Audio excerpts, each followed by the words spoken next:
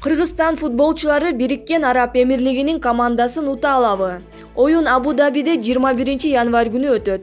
Кыргызстан курама командасынын Бириккен Араб Эмирлигинин футболчуларын утуп алуу мүмкүнчүлүгү төмөн. Мындай божомолду букмекерлер айтышты. Азия кубогу өтүп жаткан мамлекеттин командасы менен кыргызстандыктар 1/8 финалдын алкагында 21 январь күнү Абу-Даби шаарында кездешет. Оюн Бишкек убактысы менен саат 23:00 башталат.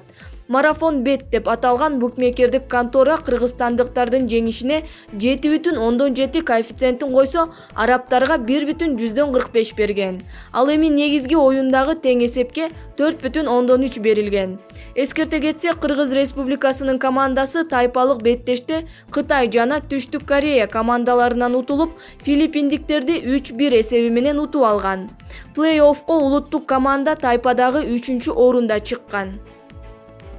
Булак Спутник Чекит KG. Ломбардтар эми жаңы мыйзам менен иштемей болду. Күрөканаларга карыз берүүнүн 60 күндүк мөөнөтүн белгилөө зарылчылыгы келип чыккан. Президент Сооронбай Жээнбеков ломбардтардын иши жөнүндө Кыргыз Республикасынын мыйзамына өзгөртүү киргизүү тууралуу мыйзамга кол койду. Бул туурасында мамлекет башчынын маалымат кызматынан кабарлашты. Документ Жогорку Кеңеш тарабынан 2018 жылдын 22 ноябрында кабыл алынган. Бул аталган мыйзамдын 11 беренесинин жоболорун Жарандык кодекстин 341 беренесине ылайык келтирүү максатында кабыл алынган. Мыйзамда көпчүлүк жарандар үй-жайын, унаасын, дагы башка баалуу мүлкүн күрөканаларга өткөрүп берип, кийин аларды кайрый албай калган учурлар эске алынган. Ошондон улам эгер кардар убагында карызын төлөй албай калса, ломбардтар аны күрөөгө койгон мүлкүн дагы 60 күн кармап турууга милдеттендирилди. Эгерде алынган каражат сүйлөшүлгөн мөөнөттө кайтарылбаса, кардар жеңилдик берилген 30 күндүн ичинде кутулса болот. Бул мезгил ичинде ломбардтын пайыздык үстөктүн акчасын көтөргөнгө укугу болбойт. Андан сырткары сактап турган үчүн да акча ала албайт. Мурдагы окуулардын жүрүшүндө айрым депутаттар тарабынан карапайым калк муктаждыктан улам күрөканаларга алданып, мүлкүнөн айрылып жатканын жүйө келтиришкен.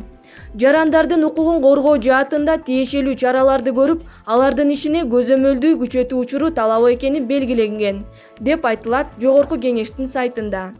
Мыйзам расмий жарыяланган күндөн тартып 10 күн өткөндөн кийин күчүнө кирет. Булак Спутник Чекит KG.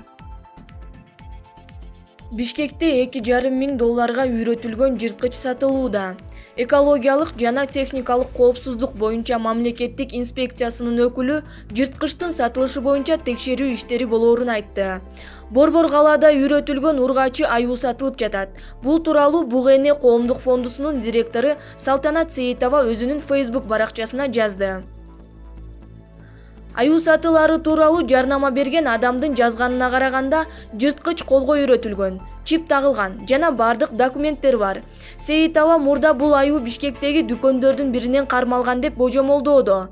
Жаныбар менен ойноп, кызыгы тарагандан кийин сатканы жатышат. Бийлик мындай нерселерге көз жумуп коюуда. Бардык документтери деген эмнеси? Жаныбарды Кыргызстанга алып кирүү эмненин негизинде документ алышты, деп жазды Сейитова. Экологиялык жана техникалык коопсуздук боюнча мамлекеттик инспекциясы жетекчисинин орун басары Расул Артыкбаев Спутник агенттигинин кабарчысына жаныбардын сатылышы боюнча текшерүү жүрөөрүн айтты. Булак Спутник Чекит KG. Нарында фура турак жайды сүзүп ичине кирип кетти. Кырсык кечээ 19 январда саат 23:30 чамасында болгон. Нарын шаарынын Шералиев көчөсүндө жайгашкан үйдүн дубалын жүк ташыган унаа сүзүп ичине чейин кирип кетти. Бул туурасында өзгөчө кырдаалдар министрлиги билдиришти. Кырсык 19 январда саат 23:30 чамасында болгон. Анын кесепетинен айдоочу жаракат алган. Окуя болгон жерге куткаруучулар барып, бутыгып чылып калган айдоочуну чыгарып тез жардам кызматына өткөрүп беришти. Андан башка жаракат алгандар жок деп айтылат маалыматта. Фура сүзгөн тараптагы бөлмөнүн ичинде адамдар болгон эмес. Кырсыктын сүрөттөрүн Facebook баракчасына жүктөгөн Мирлан Кадыров айдоочу 2 суткадан бери уктабаганын жазган. Ошондой эле кырсык болгон жерге автоинспекторлор келбегенин билдирген. Ал эми Нарын шаардык милициясы Спутник Кыргызстан агенттигине окуя болгон жерге ыкчам топ барганын кабарлады. Булак Спутник Чекит KG. 3 баланын энеси Орусияга кеткен курбусунун 2 жаштагы уулунун өлүмүнө байланыштуу камакка алынды. Чүй облусунун Панфилов районунда 3 баласын жалгыз тарбиялап келген аял курбусунун 2 жаштагы уулунун өлүмүнө байланыштуу камакка алынды. Бул тууралуу облустук милициянын басма сөз кызматы кабарлады. Маалым болгондой, 2018 жылдын 28 ноябрында Панфилов райондук ооруканасына 2 жаштагы бала эс учун жоготкон абалда алынып келип, 1 аптадан кийин чарчап калган. Бул факты боюнча кылмыш иши козголгон. Анын негизинде экспертиза дайындалып, тергөө иштери башталган.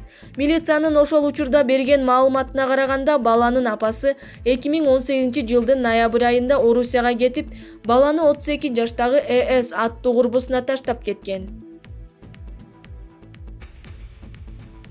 Ал аял бала керебеттен түшүп, эс учун жоготуп койгонун айтып берген. Дайындалган соттук медициналык экспертизанын жыйынтыгына ылайык бала денесине келтирилген оор жаракаттан улам каза болгону аныкталган. Козголгон кылмыш иштин алкагында ЭС кармалып, убактылуу кармоочу жайга киргизилген. Кармалган аялдын баш коргоо чарасы Панфилов райондук сотунда каралып, камакка алынды. Учурда тергөө иштери улантылууда деп билдиришти облустук милициядан. Булак Супер Чекит КЖ.